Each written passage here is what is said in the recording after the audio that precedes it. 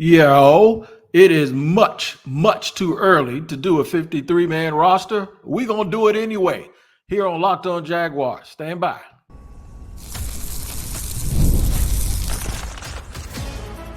You are Locked On Jaguars, your daily Jacksonville Jaguars podcast. Part of the Locked On Podcast Network, your team every day. She is right. It is your team every day. We thank you for making us your first listen here on Locked On Jaguars. Make sure, whatever you do, you tap in every single day. Now I'm going to tell you exactly where you can do that. One place is on YouTube. And you know what the page is called? It's called Locked On Jaguars. How'd you know that? That's right. Make sure you hit the like button, subscribe, then hit the bell so you get notifications each and every time we drop an episode. Another place is wherever you get your audio podcast. When you're driving and you're at work, you can't watch YouTube, of course.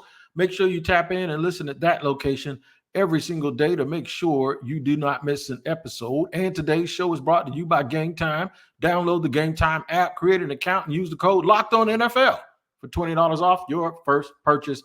Terms do apply. Shout out to those everydayers that listen to us every single day. You can be an everydayer too. All you got to do is listen to us when? Every single day. That's right, here on Locked On Jaguars. By the time we finish the show, I'm going to tell you the surprise people who I don't have on my early 53, my too early 53, and I'm going to also tell you who is on there. That's a surprise, right? So I'm giving you all of this because there's a live practice this Saturday in the stadium. Hopefully you can register and get your tickets at jaguars.com. And you can look at that and look at the rosters that they're going to give you and then look at what I say and compare the two and see if those guys check off. We're going to go offense and defense in segment number 2. We're going to be running through that at the end of segment 1 and segment 2. But let's not lose sight of the fact that you're here for a reason, and that is you want to hear the too early 53 so far during camp. Well, and I'm going to get that to you. But first, I got to lay down some ground rules. This isn't based on anything other than the fact that I know certain people are going to be on this team regardless because of their contract situations, because of the team's commitment to them. So that takes up like 80%, maybe 85% of the players, right? The rest of it are guys that contractually just got here in free agency, as well as the draft picks that they're giving a shot to. Even the day 1 and day 2 draft picks from last year, I don't think any of those guys are in too much trouble. So that's going to take us up to like 90%. The rest of it is all based on my opinion, where they are in development at this point in time, what the team's needs are. I'll give you an example. If you got 2 guys, I haven't seen a whole bunch of separation from them. It does not mean that there is nothing. I'll get to that in a second. But if you talk about a coin toss and one guy's in year 4, one guy's a rookie, I'm going to go with the guy that's a rookie because you got more room, more blue sky, a longer time to have him on the roster. Whereas if it's a guy in his 4th year, he's likely going to be a free agent come next season. And if he hasn't cracked the code enough to not be on the bubble, then he probably will never not be on the bubble here. So you move on to a guy that might actually turn into the next Antonio Brown or something as a 6th-round pick who can play special teams and then has a little bit of upside that you haven't seen yet, right? If you got a guy that's a 6.5 or a 7 on a scale from 1 to 10, if you got 2 of them, one of them's 21 and the other one's 26, who you going to keep? The 21-year-old, because there's more room to work, right? So that's a part of it. And then the other part of it is, I got to let you know, this isn't necessarily coming from anything that those coaches have said, because they haven't said anything, nothing, to indicate who's going to stay and who's not going to stay. In fact, one of the things that they've done that isn't a tell also is, and I was talking to a longtime veteran OG, a good friend of mine, a man I have a lot of respect for, Gary Smits. We call him Smitter. Smitter was pointing to me in the end zone saying, "Wait, it's really hard to tell who they because they'll have like Trayvon Walker in the game, and then you'll see like Chris Braswell in the secondary, and then you'll see Josh Allen in the game, Josh Hines Allen rather in the game, and then you'll see DeAndre Prince, they're mixing and matching just like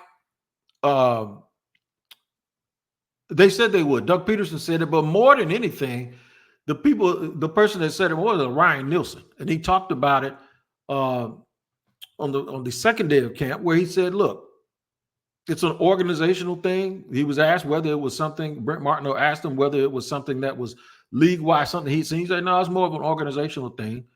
And the theme of this is that the Jaguars ran when they had injuries. They didn't have substantial or adequate backups and reserves last year, and I think they took part of the blame for that. The analogy that I had was when I played basketball in high school, the coach would never put us in with the starters, right? Because you don't put us in with the starters, you putting us all out there together. You got a whole bunch of inexperienced people out there together, and the product doesn't look the same. But you can take one of those role players and actually put him in with four of the starters on a basketball court, and he can blend in and fit just really, really nicely. And that is a better representative of if you have to go to somebody at a certain position than it is, okay, it's a blowout. Let's put all the backups in, and everybody's cheering for the backups the way they cheer for backups, like they did for Rudy in the movie about Rudy and Notre Dame. That's to me, that doesn't work. You have to see what people can do when there's smoke. You have to see what people can do when the proverbial stuff done hit the fan. And that's what regular season games are. If you've never put a guy in that position, you can't be shocked when he goes into the game and he's not ready, or he's shell-shocked, or the quarterback, the starters, they don't trust him because you never gave him a reason to. So what they've done in practice to create competition, to create obvious situations that are even Steven for these guys to be evaluated, what they've done is they've mixed and matched. You don't know how they think or what they think. Now they're watching everything, but I guarantee you what's going on is this. It's not where the ball ends up or where the ball goes that they're only paying attention to. When they go in, they have the eye in the sky. They used to be, before they had this new facility, they had these cranes and these crazy dude that would go up on the crane. Ain't no damn way I would have done it. And he's standing 60, 70 feet in the air, and then they had two of them. So dude's standing on this like mobile scaffolding that goes up, and they take the crane little eye in the sky, and they're looking at practice and they're recording it that way. We don't have those big machines anymore. They just got the eye of the sky hooked onto the top of the facility. One side's on the bleacher and where the bleachers are for the fans, and the other side is at the opposite end, goalpost to goalpost, and it sits on top of the Miller Electric Training Center, and it's there permanently, so they ain't got to have nobody up there on that scaffolding and that crane looking like he's scared. If it was me, they'd have to hire somebody to clean that mess up out of it, because I'm telling you, you ain't put me up there without me making a mess. But so this is all based on the fact that what I've seen, and I'm going to admit to you up front that this is not the gospel. This is the gospel according to Wig. This is not the gospel according to the team. And this is an educated guess. This isn't something that comes from something that I've seen, or like I got this like insight. No, I ain't got nothing. What I got is my own two eyes, deductive reasoning based on contracts, draft position over the last 2 years, and a little bit of a gut feeling based on what I feel is happening out there. So nothing from the team. If it was something coming from the team, I would tell you, because I would also then tell you, while I would brag about having the information, what I would then tell you is I shouldn't have this information. That is not good for them. You know, people don't do that in this business enough. They'll have information and they want all the adulation for having the information, but they won't tell you that it's bad business for them to have that information, especially if they got it from somebody they shouldn't have got it from. So at this point, everything is hush hush. It is OPSEC time. Operation security for the Jaguars. They are not letting anything out of the bag. All of their stuff is being done behind closed doors. So you can say kudos to that. So what I'm going to do is I'm going to go offense, defense, and then some surprises, some surprise omissions, some surprise additions. We're going to do that over the next two segments. So what I need you to do is stick around, stand by, and get ready for me to announce the 53-man roster. So far, the one is way, way too damn early. That's all right. We're going to do the damn thing in just a second here on Locked On Jaguars.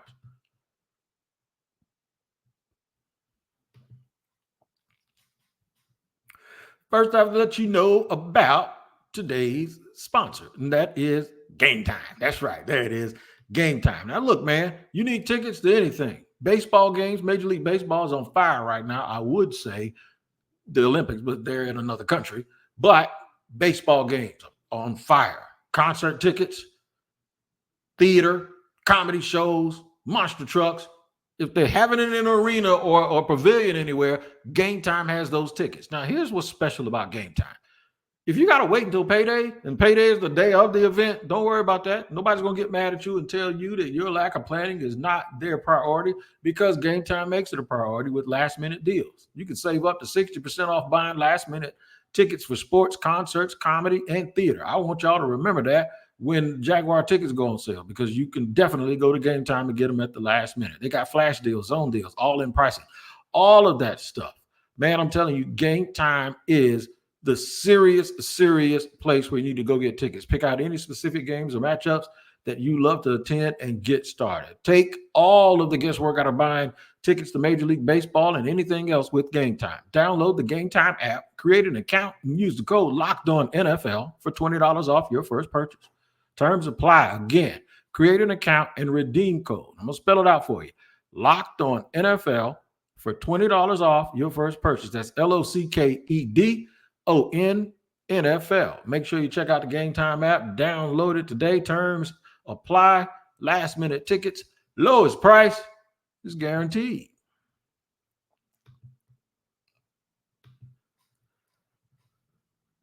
Yo, we are back here on Locked On Jaguars, where it's your team every day. We thank you for making us your first listen. All right, let's get to this roster. How about we do the offense first, since it's probably the most obvious? I'm going to break this down in numbers. Now, I kept two quarterbacks because I think, if I'm not mistaken, and there's a little bit of transparency here, I've been a little bit confused by the rule myself. I think they're going to allow a third emergency quarterback, and that's going to be C.J. Beathard, because even though they've all split reps, Mac Jones is brought in for a reason. He has experience. He has more talent. He's going to be the backup. Trevor Lawrence is obviously going to be your $275 million starter. That's right. Running backs, I kept four. Of course, Travis Etienne, Dearness Johnson, and Tank Bigsby. Because of the kicking game and that lightning fast speed, I kept Keelan Robinson. I think he's going to be one of those guys that'll give you those Corey Grant type plays at some point during the near future. So that's 6 players, right? We're going to go with the wide receiver position. I kept 6, not 7. I think a couple of these guys end up on the practice squad if they're not traded or signed by other people, and which I think this year they're going to get a lot of these guys signed by other people. We're going to go with, of course, now this is funny. The 6 guys I have, if you have a numerical roster that looks like this, if you're watching on YouTube, is one of the officials that the Jaguars give out. The thing that amazes me on this is my 6 wide receivers are also in numerical order based on this roster. Number 0, number 7, 11, 12, 13, and number 14. That would be Gabe Davis, Brian Thomas Jr., Parker Washington, Devin Duvernay, Christian Kirk, and Elijah Cooks. Get it?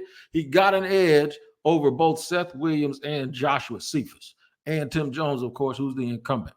Now, special teams could determine whether or not, especially with these new rules, you got to tackle. Special teams will determine whether or not they'll keep another guy for that. I have even heard, let me pause right here and tell you something. I've even discussed this. I talked about it with former NFL coach Dave Campo the other day. I wouldn't be surprised if some of these teams find somebody that can kick the ball and keep the kicker out, since the kicker going to have to turn into a dude now that has to tackle people. I think if you have anybody on that team that can, because the way it is now, nobody's going to move until the ball gets kicked and touched by the other team. Even if you have a dude who can just get it to the 5-yard line, all right? Just the 5-yard line. I think you need to put an extra tackler on the field. So could one of these receivers that tackles real well, like Tim Jones, could one of the extra DBs, is there somebody that can do kickoffs? Maybe not for all teams, because I'm going to tell you something about Logan Cook, who's on this list also. He's the Jaguars punter. Logan Cook can kick off, and Logan Cook is a big man who can tackle. Logan Cook, 6'5", 230 pounds, man. He's a little bit different than the average kicker, and he has walloped people before in the kicking game. So consider that, too, when you're thinking that maybe the new special teams rules will have an impact on the rosters. It'll have an impact on the rosters, definitely, but it may have more of an impact than you think. It might be more than who is the returning player and who's going to block for him and what two guys are going to be back there and what body types you're keeping for that job. It might be more than that. It might be who's a special kicker, all right? Maybe your long snapper can kick. I don't know. All right, so all you young guys out there, if you're a tweener, learn how to long snap and learn how to do kickoffs. And if you can tackle, you might find yourself being a specialist in the NFL at some point if they don't change the rules again. So let's get to the tight ends before I waste any more of your time. This was a hard one. I kept three. With the idea that they can get most of their guys on the practice squad. So then you're looking at Patrick Murtaugh, a rookie who's looked really, really nice. He looks the part at 6'6", 250. And then maybe Josiah Dugara or Sean Bowman, depending on what body type you want. And then you're talking about that special team and Josh Peterson, the coach's son. There's a chance that they could all make it to the practice squad and you keep them around because they know your system. But the three I kept are obviously Evan Ingram, Brenton Strange, and Luke Farrell. That might be a little bit low, but I think because of the practice squad and because they'll be able to get most of those guys on the practice squad, that's what they're going to do. All right, let's get to the offensive line. I kept 10. I'm going to run them down for you in the numerical order. Javon Foster, Mitch Morse, starter. Brandon Sheriff, starter. Walker Little, swing guy. Blake Hance, Cam Robinson, starter. I kept Cooper Hodges, Ezra Cleveland, starter, Luke Fortner. I'm not going to give up on Luke, even though I mentioned that he could be a surprise cut. I'm not going to give up on him. So those are the 10 guys that I kept. You notice what I didn't keep. I'm sorry, Anton Harrison. I hope I mentioned Anton Harrison. He's also a starter. He's the best one too. But another Tyler Shatley, I did not keep on here. Darrell Williams, I did not keep on here. Cole Van Lannon, I did not keep on here. You got to make decisions. You got to make tough decisions, and I think that's the thing about the offensive line. I think they're tough decisions, but what I don't think they're tough decisions because all of them are great. I just think they're tough decisions because some of them are really good, and then the others are okay, whatever. But they've committed to them, so that's why I'm going to go with that. All right, so that's 25 offensive players. What I'm going to do is in segment 3, the top of segment 3, I'm going to give you the 27 specialists, meaning punter, kicker. I'll get those to you right now. Logan Cook, Cam Little, who kicks it a mile, a rookie out of Arkansas. Ross Matizik, he's going to be the long snapper. So those 3 guys, and now that leaves 24 players on defense. I'm going to give all of them to you in just a second here on Locked On Jaguar.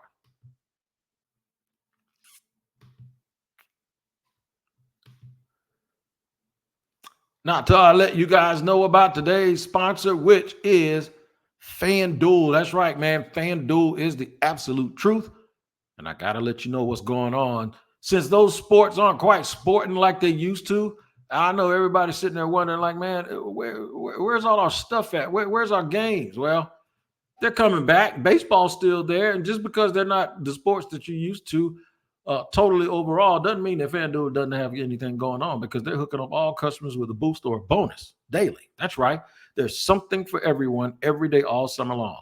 You ain't got to take it from me, man. You just got to open up the app and you'll see exactly what I'm talking about. So head over to FanDuel.com and start making the most of your summer. Make sure you read up on those bullpens with baseball. It makes a tremendous difference. Find out who the middle relievers are and the closers, and it'll give you a better chance to win some Skrilla.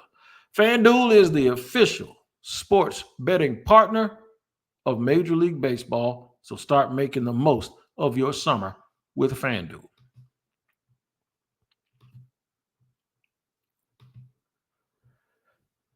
All right, here on Locked On Jaguars, third segment. If you're watching Fox Sports and ESPN all day on your TV and you got to turn the volume down with all the shouting and screaming, then make the switch to Locked On Sports today. It's a free 24/7 sports streaming channel program for you every day to bring you the biggest stories without all the yelling and screaming. Locked On Sports Today brings you can't miss analysis, opinions, and news.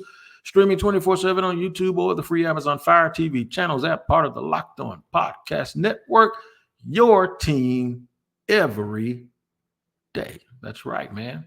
We're going to get that in there. We got to let you know we're your team every day, all day. Here's what I want to do. Let's get to that defense, all right?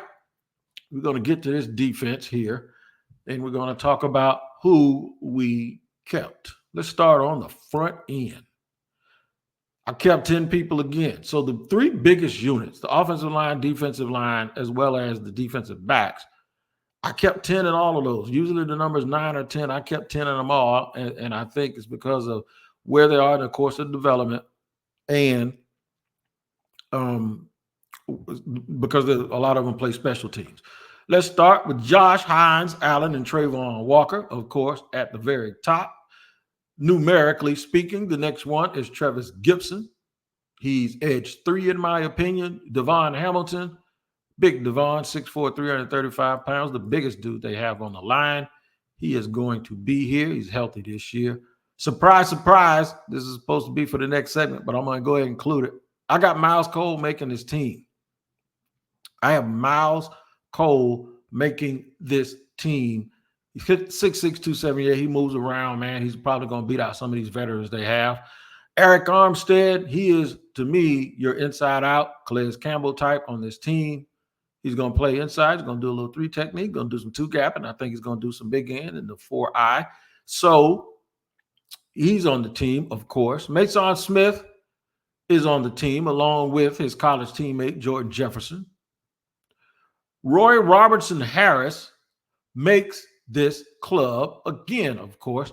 And number 10 would be because at some point last year, even though they added all of these players in the middle, you got to give it up to the people that compete and win the damn job in camp. And Jeremiah Ledbetter has had a wonderful, wonderful training camp. So I'm going to go with Jeremiah Ledbetter. Now, if there's a little bit of, I said I was going to get, if there's a little bit of surprise here, it's going to be Jeremiah Ledbetter. It's going to be between Jeremiah Ledbetter, Tyler Lacey, and Adam Gostis. Whatever they decide to do, but I went with Ledbetter because he has flashed. I was told he flashed last year also, but he has flashed in training camp and played very, very well. And I just don't think you let guys like that get out of the door. Let's get to the linebackers. I kept 5 outside linebackers or inside linebackers. They call them off-ball linebackers. Let's go with Foyesade Oluwakan, of course. Devin Lloyd, Chad Muma. I think those 3 were pretty much no-brainers. The next 2 are Ventrell Miller and Caleb Johnson. Ventrell runs like the wind, and he's healthy. He has a navigation system. Even though he's not the biggest dude at 6 feet, 232, he's just smart, and he figures it out. He gets to where he needs to go really quickly. And Caleb Johnson, he tapered off a little bit. He's not big. He's 6'2", 220, but he runs like the wind. I think he might be their best coverage linebacker, and I think he's going to hold on to that spot. As we get down to the DBs, I kept 10, as I already told you. Let's run through them. Andre Cisco, Darnell Savage, of course. Daniel Thomas, Chris Braswell. I'm going numerically. Jarian Jones, Ronald Darby, Antonio Johnson, Monteric Brown, Tyson Campbell, and Andrew Dewey Wingard. That means Greg Jr., Trey Flowers, Josh Proctor, Terrell Edmonds, and Amani, I'm going to say this, Oru Warley and Tavon Campbell, they won't make the team. I wouldn't be surprised if some of them ended up on the practice squad.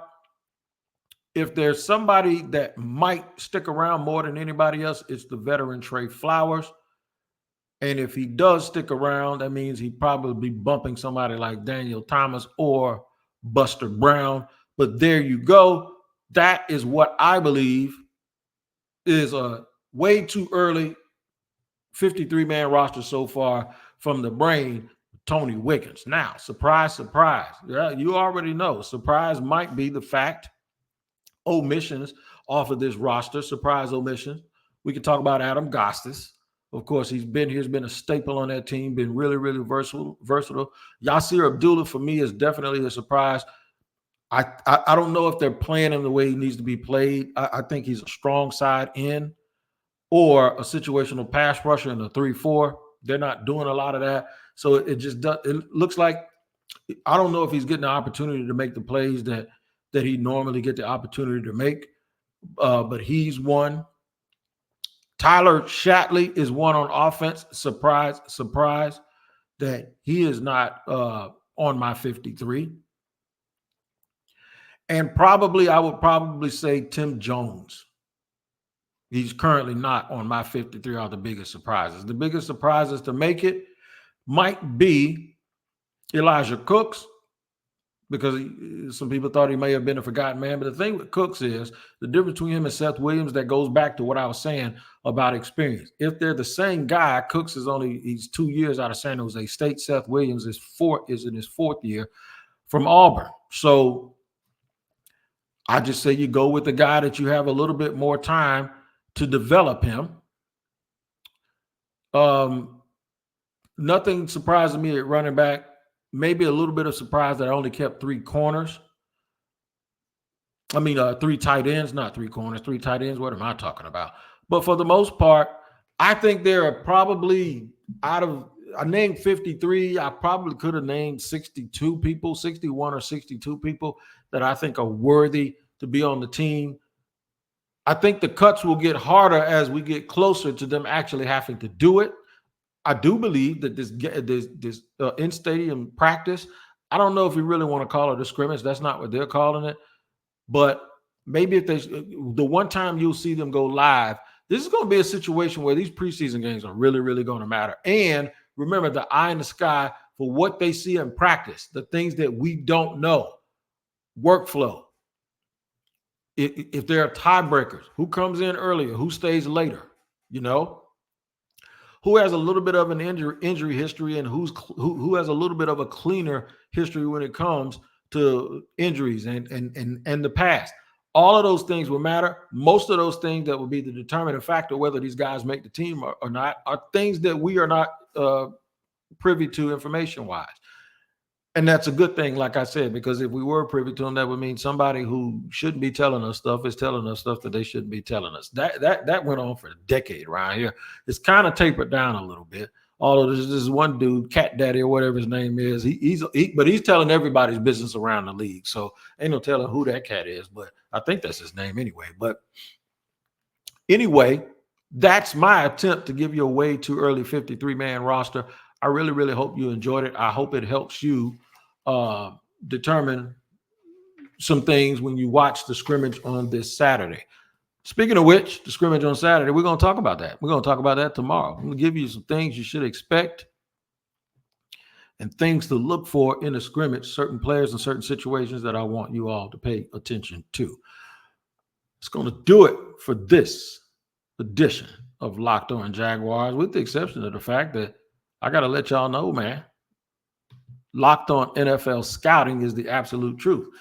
I love the fact that y'all make Locked On Jaguars your first listen, but for your second listen, enjoy the Locked On NFL Scouting podcast with the draft dudes. That's my guys, Joe Marino of Locked On Bills and Kyle Krabs of Locked On Dolphins. They're the ops right now. We play both of them this year.